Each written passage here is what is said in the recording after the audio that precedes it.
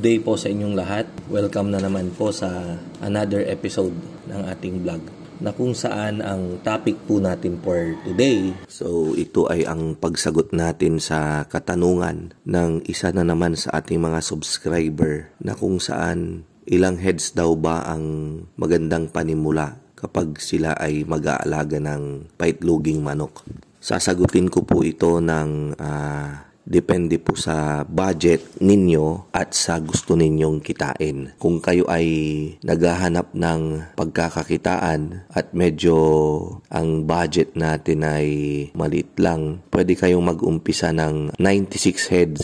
At kung kayo naman ay medyo maluwag-luwag at gusto ninyong medyo malaki-laki na yung return na inyong makukuha, ay pwede kayong magdagdag. Pwede natin gawing 192, 388, 504, 1,008 heads. Depende po sa budget. Opo, at sa gusto ninyong kitain. Ang pinaka lang naman po natin talaga dyan ay bago kayo mag-umpisa, manood muna kayo ng mga vlog dito sa YouTube regarding sa pag-aalaga ng paitloging manok. At i-consider nyo yung vlog natin as isa sa mga kapupulutan ninyo ng aral regarding sa pag-aalaga ng paitloging manok. Ang susunod pong dyan ay establish po ninyo yung inyong market kung saan nyo po ibebenta yan. Kung kayo ay may plano ng pasukin tong ganitong negosyo, ngayon pa lang magtanong-tanong na kayo, kausapin nyo na yung mga kapitbahay nyo dyan, yung mga sari-sari store, mga establishment na mga kakilala nyo,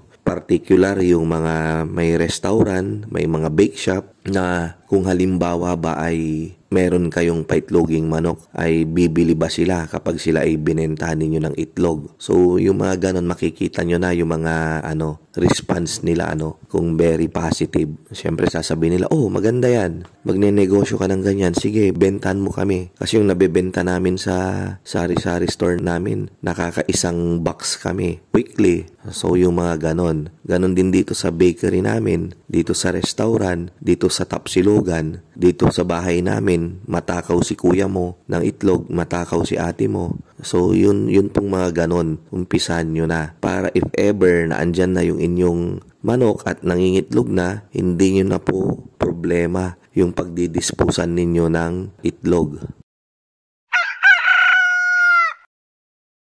Kapag okay na yung market na establish na, madali naman na pong magdagdag ulit as long as yung inyong itlog ay nauubos. Kasi yun pong balikan natin si 96 heads. Nasa po yan, sa kalakasan yung mga itlog, mga nasa 3 tray yan. Pag sinabi nating 3 tray, 90 eggs a day. 3 tray lang naman yung ibebenta ninyo daily. So maaring bibili yung 3 kapitbahay nyo. Sa susunod, yung ibang kapitbahay nyo naman, yung ibang kakilala nyo, sari-sari store, ganyan. So, cycle lang naman po yan. Ang imamarket nyo, yung itlog nyo weekly, from Monday to Sunday. Dahil weekly rin silang kukuha. So, ganun po yun. Kung ang kumukuha sa inyo ng Monday ay si ganyan, sa Tuesday, si ito naman. Wednesday, iba rin. Hanggang sa Sunday yan, iba-iba. Meron naman yung kukunin niya itlog ng 2 araw, 3 araw. Nagpapaipon yan. So, pwede nyong ipunin itlog ng Monday, Tuesday, Wednesday. And then, Thursday, iba naman. Friday, Saturday, Sunday, iba-iba rin. Basta wag nyo lang pong ibibigay yung itlog ninyo sa iisang tao. Ayan. So, pagdating ng next Monday, yung dating kumuha ng itlog ng Monday, kukuha na naman po yan. So, ang aasikasuhin nyo lang po dyan, yung mga customer ninyong pagbibigyan weekly.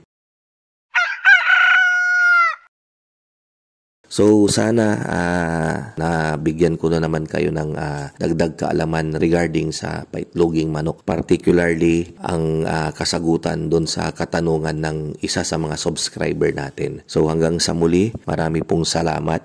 Mabuhay po tayong lahat at God bless.